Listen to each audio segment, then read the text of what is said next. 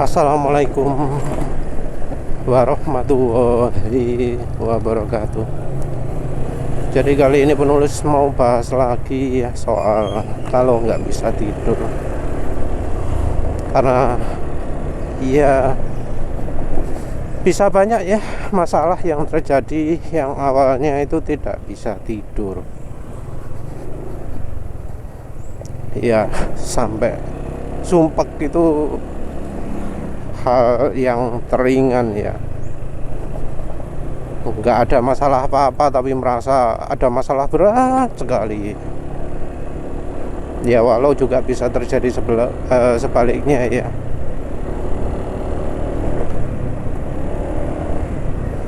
Ada masalah berat sampai nggak bisa tidur, itu juga bisa terjadi. Tapi kita ngomong yang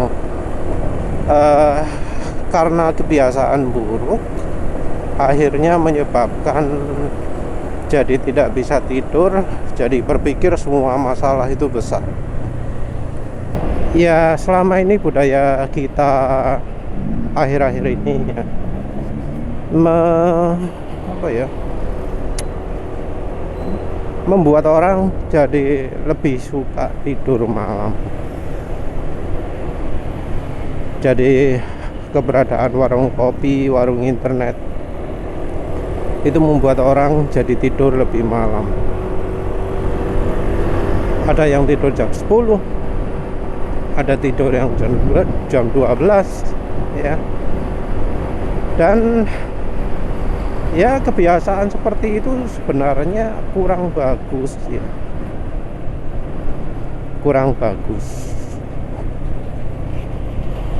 Jadi ya banyak lah ya, mulai dari petuah-petuah kalau misalnya langit gelap itu harus tidur, atau ya jangan sampai misalnya habis sisa nggak tidur gitu ya. Nah orang itu juga standarnya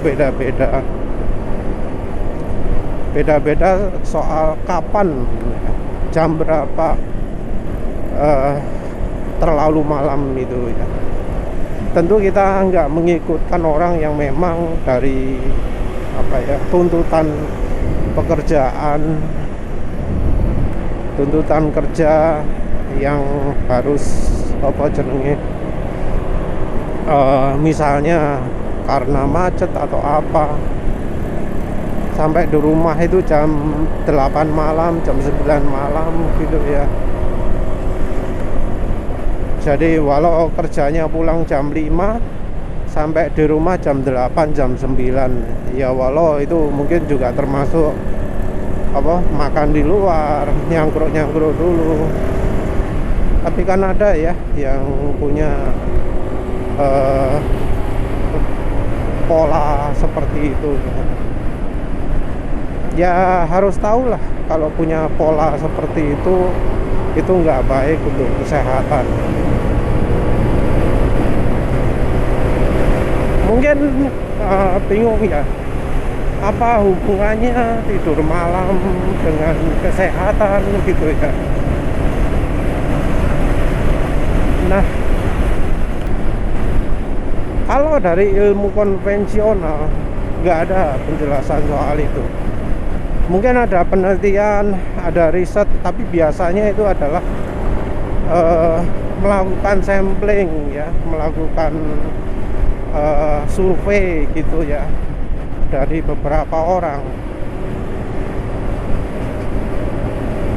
Jadi dari beberapa orang di sampling, ditanya-tanya, hasilnya adalah begini. Penelitiannya seringnya seperti itu.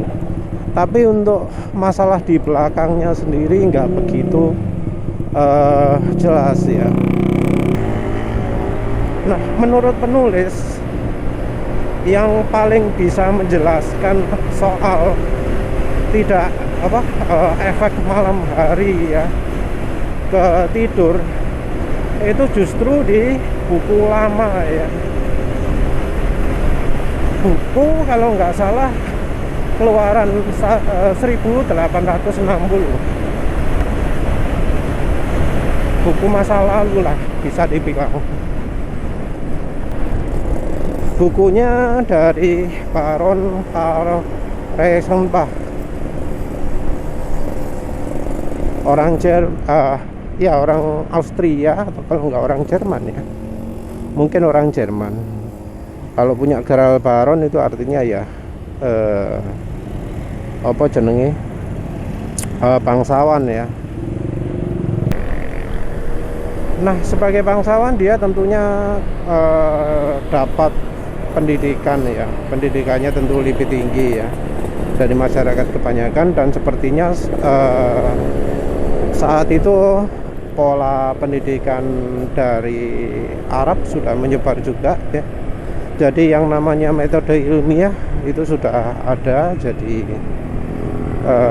penelitiannya bisa dibilang ilmiah, yang sifatnya konsisten, bisa diulang, terus bisa disimpulkan,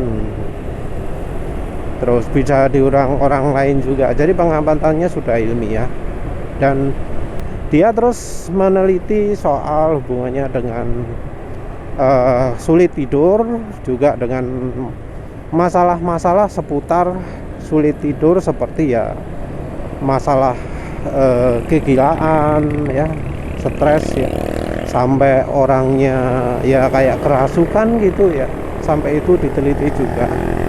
Jadi saat itu juga sudah ada beberapa kasus.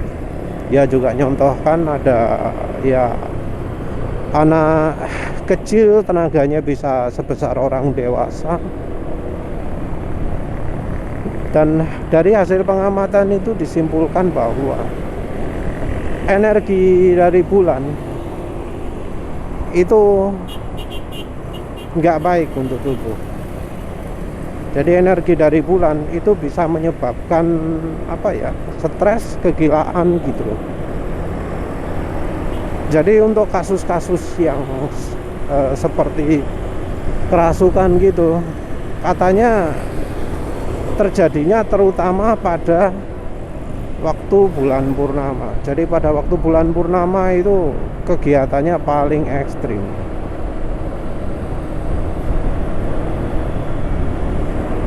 Pada waktu bulan purnama terjadinya kasus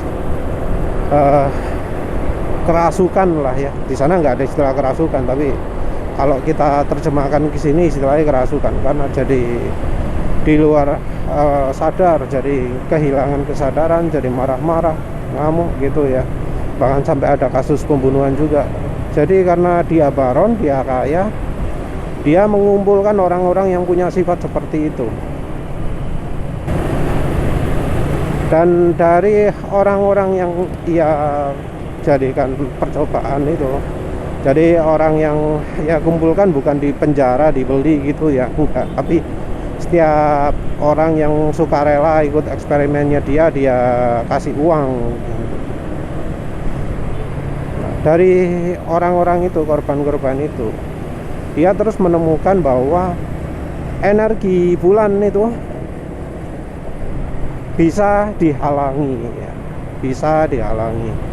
Jadi penghalangnya terutama yang paling efektif adalah kalau pakai kain ya, kain rajutan katun atau apalah yang warna hitam. Jadi energi dari bulan ini bisa dihalangi oleh rajutan kain.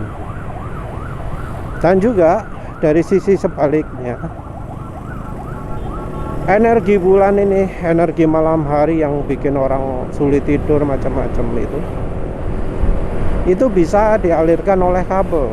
Jadi kabel yang bukan kabel kawat ya, saat itu mbuh isono kabel apa enggak, tapi pakai kawat, pakai logam, pakai ya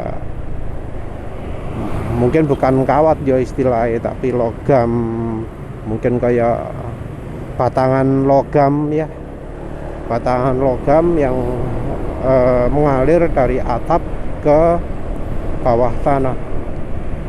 Jadi energi malam hari yang buruk ini bisa disalurkan ke bawah tanah. Jadi dia akan punya kastil. Nah, orang-orang yang sukarela dengan eksperimennya itu berada di ruang bawah tanah. Nah, energi buruk dari malam hari ini bisa tersalurkan lewat logam ternyata sampai ke bawah tanah. Dia juga ya kebetulan ada beberapa orang sukarela relawannya itu yang ternyata bisa lihat energi dari malam hari yang buruk itu. Energi malam hari, energinya magnet, energi ya barang-barang yang seperti itulah. Saat itu mungkin belum ada baterai, jadi ya nggak bisa ngomong soal baterai, tapi sudah ada magnet. Jadi ada nunjukkan ilustrasi energinya di kutub utara, di kutub-kutubnya magnet batangan, magnet bentuk U, itu sudah digambarkan. Tapi yang ya jelaskan itu ya energi malam hari bisa disalurkan lewat kawat, lewat logam. Dan kebalikan dari energi malam hari itu adalah energi pada waktu siang hari, energi matahari ya. Ini tentu zaman sekarang beda ya dari zaman dulu. Zaman dulu nggak ada pesawat jet, jadi nggak ada namanya contrails, nggak ada namanya awan buatan gitu ya. Jadi masih alami ya. Kita harus perhatikan ini karena ya takutnya ada yang mikir wah sinar matahari itu bagus, terus berpapar sinar matahari padahal ada contrails dan macam-macam, wah malah buruk ya. Karena energi sinar matahari itu bisa berubah jadi buruk setelah kena awan buatannya asap pesawat ya. Kalau nggak percaya ya silahkan bandingkan antara langit biru ada awan rendah dengan ketika langit warna putih yang setelahnya contrails ya. Jadi ada dua itu ya. Yang satu energi malam hari itu membawa efek buruk ya. Terus energi siang hari membawa efek baik. Dan ini sudah pernah diverifikasi oleh, kalau nggak salah namanya Guruji di Energetic Forum. Dia eksperimen di bawah tanah pakai tanaman, terus kasih kawat kabel, di plat atas itu kasih plat tembaga, disalurkan kawat tembaga, di bawah ada plat tembaga juga. Nah tanamannya walau nggak kena sinar matahari tapi kena pancaran dari plat tembaga itu, tanamannya masih hidup dengan baik ya. Mungkin temuan ini agak beda sedikit dari misalnya yang pakai fiber optik ya. Jadi kalau yang zaman sekarang itu sinar matahari ditampung, disalurkan fiber optik, terus disalurkan di bawah tanah, dan tanaman-tanamannya kena sinar matahari dari kabel fiber optiknya. Atau pakai lampu LED ya. Tentu kalau untuk lampu LED tanaman itu ada sendiri ya, spesial. Jadi untuk tanaman spektrumnya butuh ini gitu, ada ya. Tanaman yang mengalami spektrum cahaya berbeda, tumbuhnya juga akan berbeda. Tapi ya itu menjelaskan sedikit lah efek dari baik dari sinar matahari ataupun dari energinya matahari. Nah, yang jadi masalah kalau untuk sekarang adalah karena ya itu kebiasaan orang itu untuk tidak apa ya jenengnya, untuk bangun ya, untuk tetap terjaga, nggak tidur. Apalagi terus cangkruan di luar kena paparan sinar bulan, kena bukan udara malam ya, tapi energi malam. Mungkin ada orang yang ngomong udara malam itu nggak sehat. Ya bisa jadi udaranya nggak sehat, tapi energinya juga nggak sehat.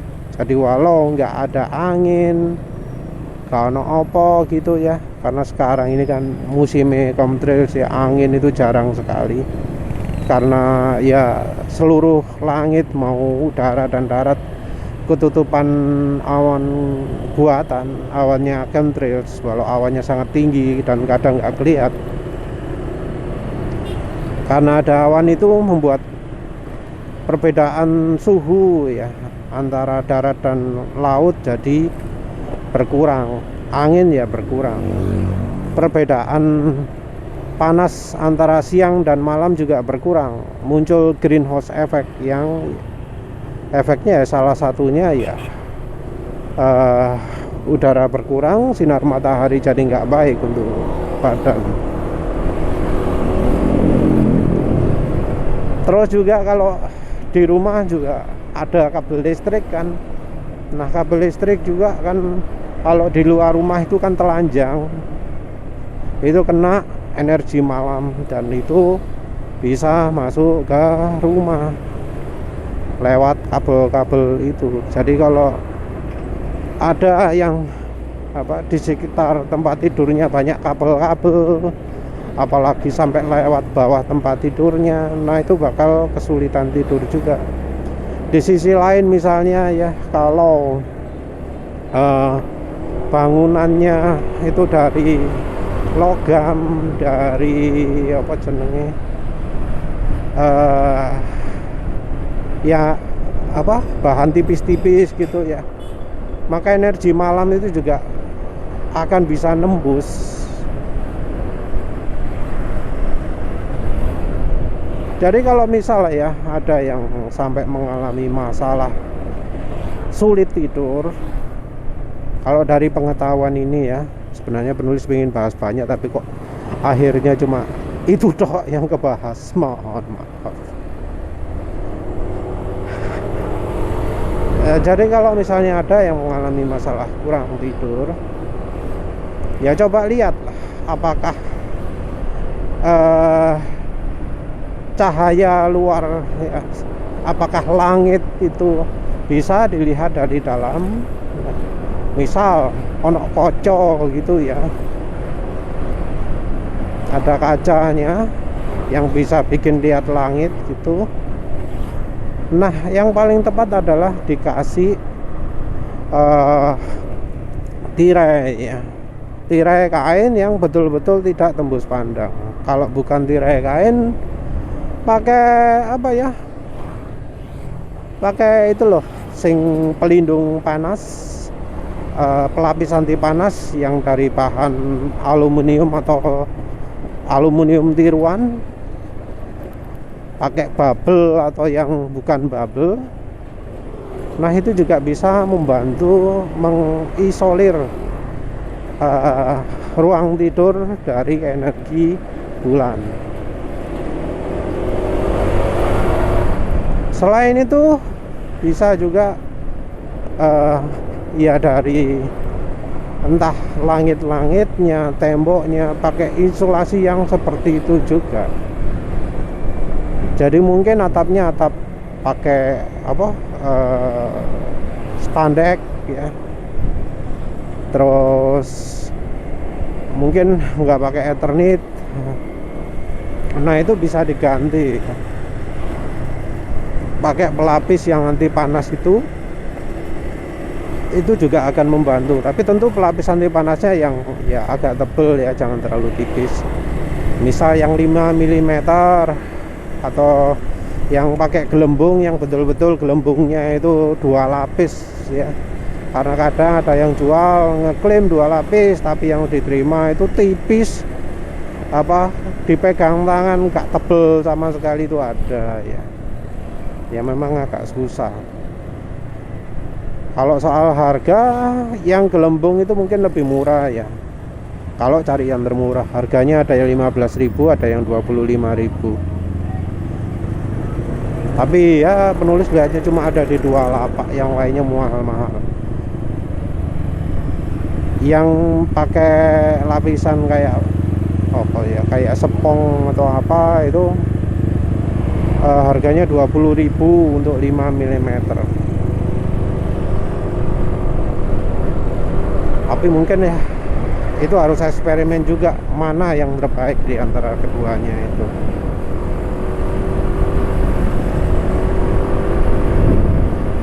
Tapi yang jelas pakai bubble itu cukup membantu ya, membantu mencegah energi dari luar itu masuk. Untuk tahunya gampang ya, lihat aja tidurnya. Kalau tidur itu sering bangun-bangun, ono masalah pada energinya. Jadi entah energi dari kabel listriknya, entah dari luarnya, entah ada punya keris, punya aki lah, ya gitu ya. Untuk menghilangkan energi kita juga bisa pakai metode-metode cara gampang ya. Metode penghilangan energi. Contohnya apa? Mandi. Jadi kalau misal sulit tidur ya, sebelum tidur mandi dulu. Pakai shower, pakai mandi terserah. Yang penting airnya mengalir ya. Jebar-jebur gak apa-apa. Yang penting aja kum-kum. Jadi berenang ya, mungkin punya kolam renang atau apa, berenang itu tidak menghilangkan energi ya, karena energinya wis tetap, apalagi ketika kolam renangnya itu terkena paparan energi malam juga podo koro gitu loh. Jadi prinsipnya airnya harus mengalir. Dari bak mandi nggak apa-apa, tuh jebur. Lebih baik lagi kalau pakai shower. Entah apakah harus air panas atau air dingin, itu terserah selera ya.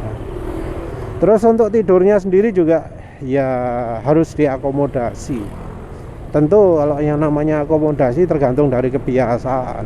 Harus dari orangnya sendiri yang harus tahu sebenarnya apa sih yang ia butuhkan. Butuhnya yang tidur ber-AC kah? Atau nggak pakai AC kah? Harus pakai kipas angin kah? Atau nggak pakai kipas angin kah? Udara malam juga ya ada yang merasa bikin sakit, ada yang enggak. Tapi yang jelas itu tadi ya, energi malamnya jangan sampai ikut. Kalau angin malamnya sendiri ya kadang memang bikin sakit juga, terutama untuk anak kecil. Ya walau sama-sama udara dingin ya, antara AC dan udara malam efeknya bisa beda ya kadang ya. Terus apalagi antara minum air panas, air dingin itu terserah selera juga. Tidur pakai selimut, kakinya ditutupi pakai kaos kaki atau tidak, itu ya terserah selera. Soalnya kebutuhan orang beda-beda. Kalau pakai metode pemindahan energi ya bisa coba juga pakai stingo zapper ya untuk mengalirkan energi. Energinya dari spring bed, dari ranjang, dari orangnya dialirkan ke satu bak besar air, itu bisa. Atau bisa juga kayak pakai cemenite ya. Kalau cemenite kadang orang itu reaksi, kalau untuk pertama beda-beda. Ada yang sangat sensitif banget sehingga kalau ditaruh di bawah badan malah jadi reaksinya berlawanan, itu harus ditaruh pojok ruangan. Kalau untuk orgonet, embuh ya, mungkin ada orgonet di luar sana yang memang bisa membantu tidur. Ya dites saja ya, dites saja pakai air. Kalau airnya, esnya itu bening, esnya itu tidak melembung, membengkak putih besar gitu, ya itu silahkan dicoba. Ya wes itu saja. Terima kasih sudah menonton. Assalamualaikum warahmatullahi wabarakatuh.